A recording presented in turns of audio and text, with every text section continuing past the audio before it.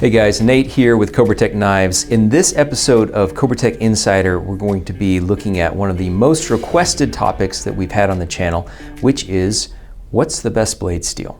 So we're going to answer that question. We're going to look at all of the different blade steels today that we use, or some of the most common ones at least, so that you can make an informed decision about what you want to carry. Stay tuned.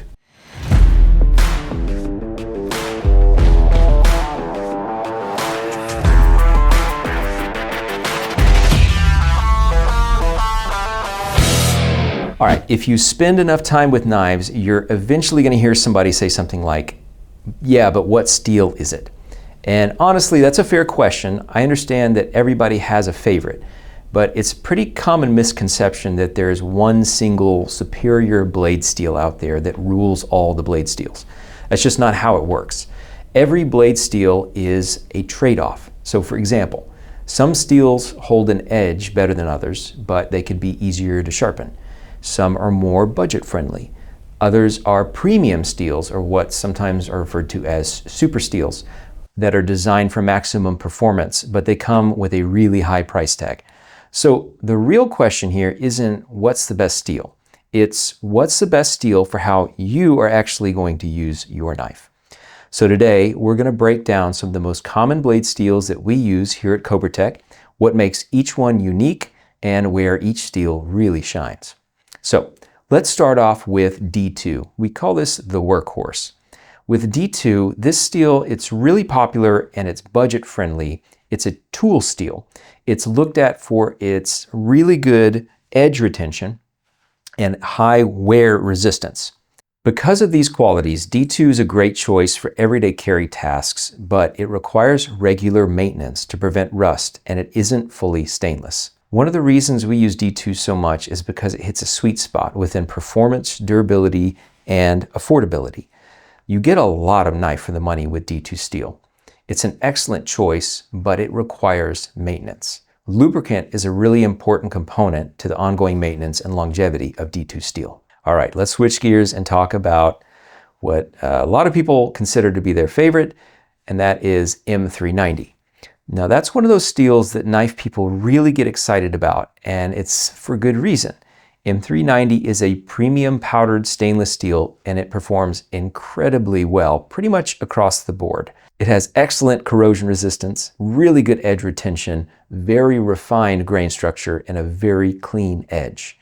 This is the kind of steel you carry when you want top tier performance with minimal maintenance. Also, if you live near the coast, or you sweat a lot, or you live in a humid climate, or even a marine environment with salty air, M390 handles all of that really well compared to many other steels. The downside is going to be cost. It's more expensive to produce, more expensive to machine, and harder on tooling during manufacturing, which is why knives using M390 usually sit at a much higher price point. But if you want high-end performance and serious corrosion resistance, and you've got the money to spend, M390 is really hard to beat.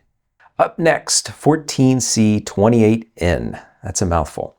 Honestly, this steel deserves way more attention than it gets.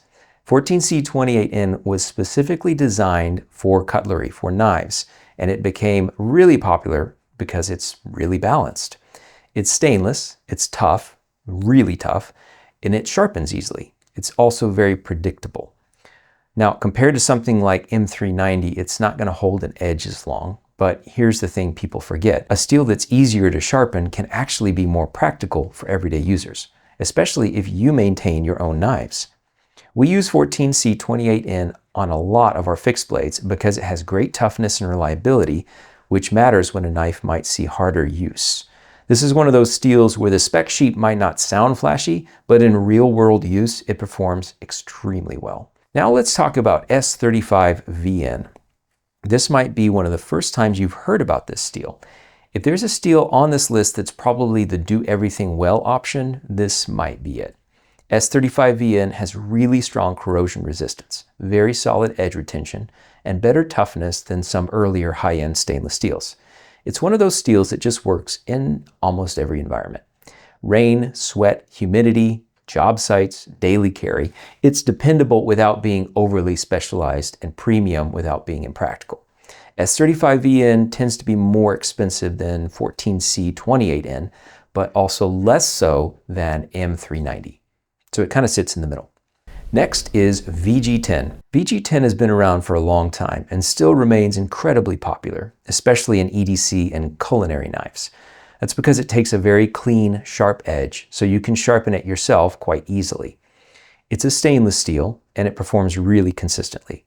Now, compared to some newer powdered steels, it may not have the same extreme edge retention or toughness, but not everyone needs extreme. A lot of people just want a knife that sharpens easily, cuts cleanly, and performs reliable every day. That's where VG10 shines.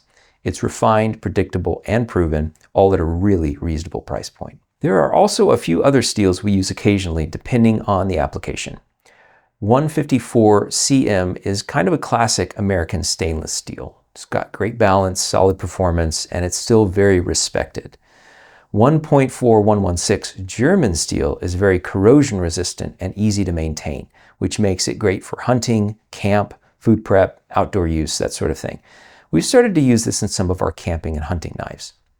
And of course, you've got various 440 steels, which are often used in more budget-friendly knives because they're stainless, easy to sharpen, and cost-effective.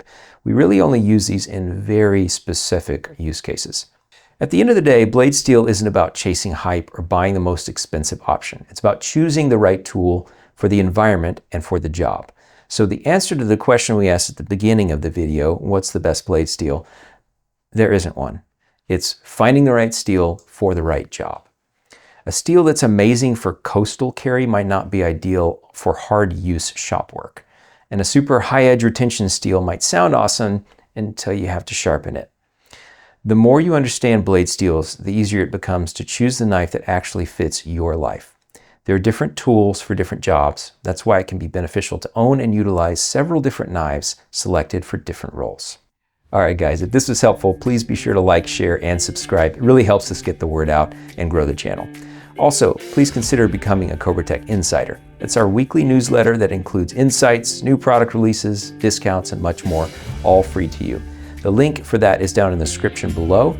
And also, when you sign up, you get 10% off your next order. If there's something you'd like to break down, for us to break down in the next episode, please let us know in the comments. And to everyone who carries Cobra Tech, we appreciate your support.